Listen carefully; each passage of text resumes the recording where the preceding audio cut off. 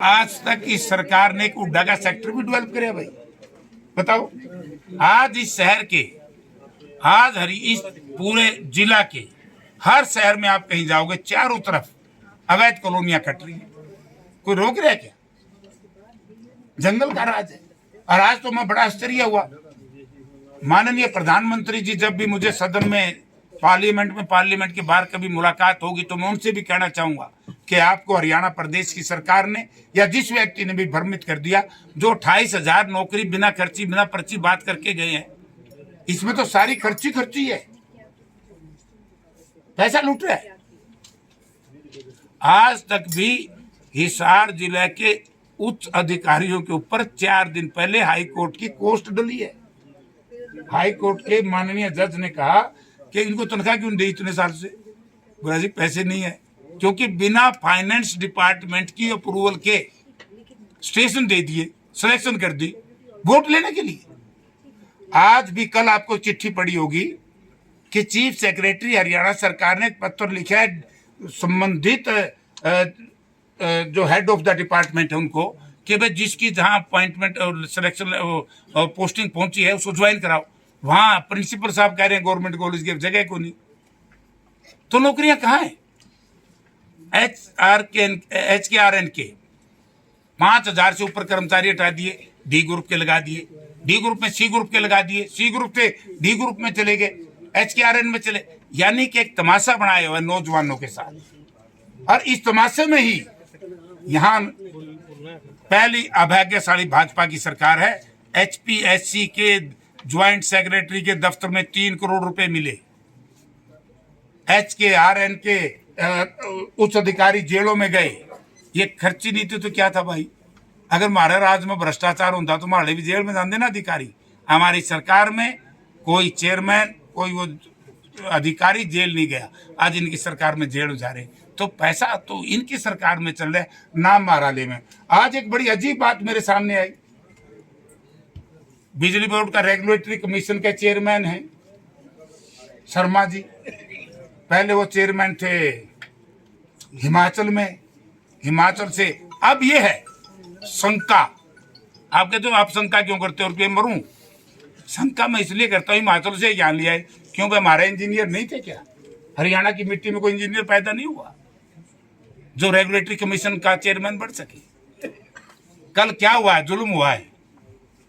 लोकपाल भारत सरकार ने उनके खिलाफ CBI को लिख दिया कि FIR दर्ज करो, और वो FIR दर्ज हो। और फिर भी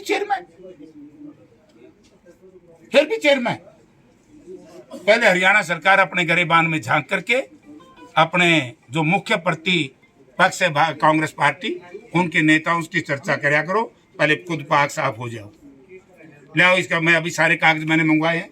बिल्लू बजट पास करा है, 10,000 से ज्यादा नौकरियां कहाँ दी हैं? देंगे ना। आज क्या नहीं? इंटरनेशनल एयरपोर्ट क्यों नहीं बनाया? कौन निवेश में आएगा, कौन जाएगा, क्या है? कोई प्रपोजल दी है सरकार के कहने से? क्या मतलब? सरकार तो इंटरनेशनल एयरपोर्ट कह रही थी कि नहीं कह रही थी? अब वो जो स्टेज चला रहा था उस मित्र से भी मैंने कहा, मैं यार तुमने ऐसे नहीं करना चाहिए था, तुमने गलत कह दिया। बोला गलती होगी। तो सरकार के कहने से कुछ, मैं कहता हूँ इंटरनेशनल एयरपोर्ट बनाओ, यहाँ अच्छे विकास के सिस्टम करो, हम उसका स्वागत, मैं इसे मना कर रहा हूँ, लेकिन है तो कुछ भी नहीं। फिर चलो ले आएंगे, जब उड़ान दे जहाज इसी क्या लग रही थी भाई। अब बता, इसका जवाब तो ही दे। अब जो उड़ान शुरू हुई है इससे आप खुश हो या नहीं? अयोध्या के लिए जो उड़ान शुरू हुई है इससे आप खुश हो या नहीं? उड़ान तो उड़ाएं, उड़ान का रोड़ा को नहीं यार, मेरा रोड़ा तो उड़ान तो तू डाले तेरे जहाज में, भाड़ा पे तू कर लिया, तू चला ले। सरकार मैं उड़वा दूंगा जो सरकार पीछे दंदी हो। भी सरकार का वह है कि 50% तो हरियाणा सरकार देगी। आप ये देखो, अगर ये एयरपोर्ट था, चलो इंटरनेशनल तो छोड़ो, हो नहीं सकता था, झूठ बोल रहे थे बीजेपी के लोग। डोमेस्टिक एयरपोर्ट भी होता, क्या किसी डोमेस्टिक एयरपोर्ट में पूरे भारतवर्ष में आधा पैसा सरकार देती है कंपनी को? भाई तरह खाली रहेगा, मतलब 100 सीटर जहाज है, 50 सीट का भारत सरकार पैसा देगी। अगर कहीं हो तो बता दो भाई, आप ही बता दो भाई। ये जो लोगों की खून और पसीने की कमाई, किसानों की, पहले इक्विजेशन का डर दे करके गरीब लोगों की जमीनें खरीद ली। उस वक्त के चाहे इनके पार्टनर थे जेजेपी के लोग, चाहे बीजेपी के लोग, इन सब ने मिलकर के ये काम किया और फिर इंटरनेशनल एयरपोर्ट दिखा करके वही कोड़ियों के भाव जो खरीदी हुई जमीन उसको बहुत महंगे भाव में बेच दिया और इसलिए इसका नाम इंटरनेशनल एयरपोर्ट रख दिया।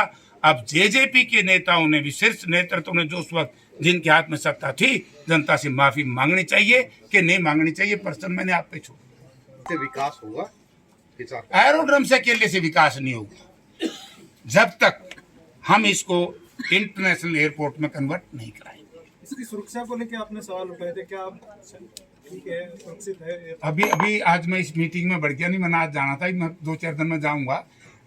डीजीसीए के कार्यालय में मेरे पीए की बात हुई तो डीजीसीए ने कहा कि ये सिक्योरिटी के हिसाब से फिट नहीं है। उन्होंने तो ये भी लिखा है कि जो रनवे है वो भी अभी सही नहीं है।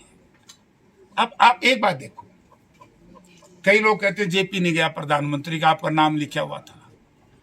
नाम तो जनता ने लिखवाया, मेरे कहने से कौन लिखा था? हिसार की जनता ने मुझे एमपी बनाया, इसलिए बीजेपी के लोग परेशान हो गए, बोला काम बना दिया यू। तो अब ये ड्रामा था। अगर ईमानदारी से आप बताओ, आप पत्रकारिता छोड़ दो, एक प्रबुद्ध नागरिक के रूप में आप लोग अपने दिल पे आदर के सोचो, क्या हमारे साथ अन्याय हुआ कि नहीं हुआ? ये मेरे तो क्या डीजीसी ने दबाव में लाइसेंस दिया? 6 महीने का तो देख लो, कुकरो है 6 महीने का ये, और ये है भी एयरपोर्ट हिसार एरोड्रम के नाम से। जो नाम रखे महाराजा अग्रसेन हैं, कहीं लिखे लाइसेंस किसके नाम से आया है? हिसार एरोड्रम के नाम से। महाराजा अग्रसेन एरोड्रम के नाम से क्यों नहीं लाए? अब सारा दिन मैं बोल लूंगा फिर तो हम भी नुकान लग जो जेपी तो सारा दिन बीजेपी के खिलाफ बोल रहा है, जेजेपी के खिलाफ बोल रहा है, एक लोग दलो रह रहे से नया, ये सारे बीजेपी के लिए काम कर रहे हैं, है ना? ये लोग दलाड़े अब छोटा लड़ा टोड़ गाड़ी उड़ा साहब को देते हैं, बतेरी लिख देंगे, गाड़ी उड़ा साहब को देते हैं। बीजेपी की बी टीम के रूप में काम करता है सारा कुनबा। आप जनता के सामने आ गए, अब जनता निर्णय लेगी।